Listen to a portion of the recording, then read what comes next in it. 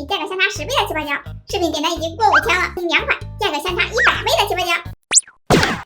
这款是小卖部买的蓝色珠光起泡胶，价格是2元。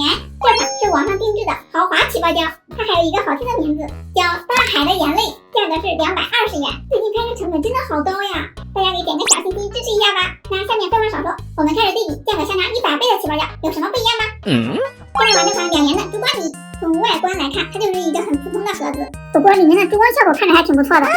打开看看，有一点粘盖子，这样看很梦幻，还挺透的，软软的。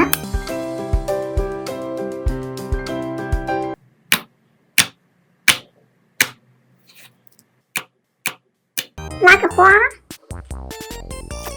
漂亮。拿起来也好看，太软了，感觉这个有点粘手哎。卷个花花，再来点防粘剂吧，打个帐篷看一下。咦，还蛮轻松的。再来给它起个泡，起泡3分钟，已经开始粘手了。看一下，起泡效果还不错，大了有个4倍左右。接下来玩这款大海的眼泪，它的这个外观感觉非常的高雅大气，全部都是这种玻璃的材质。里面偏爱有金箔纸，底部还有一些漂亮的玻璃珠，看着像水晶球一样。打开看看，很光滑。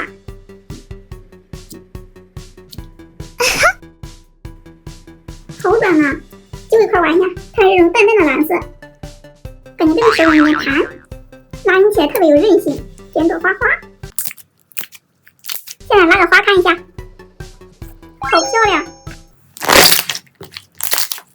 来，给它全部拿出来，好重啊！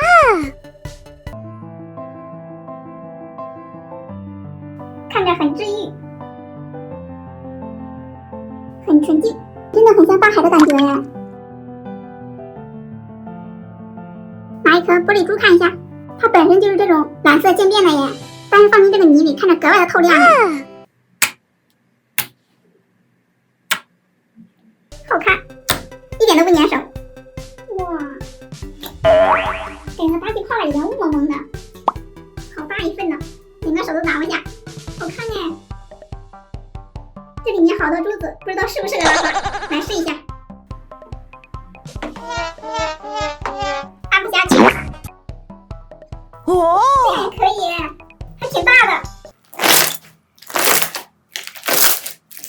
现在进入起泡环节。吓我一跳！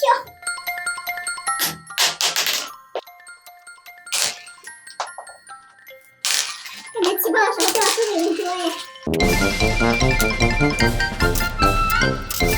起不动了。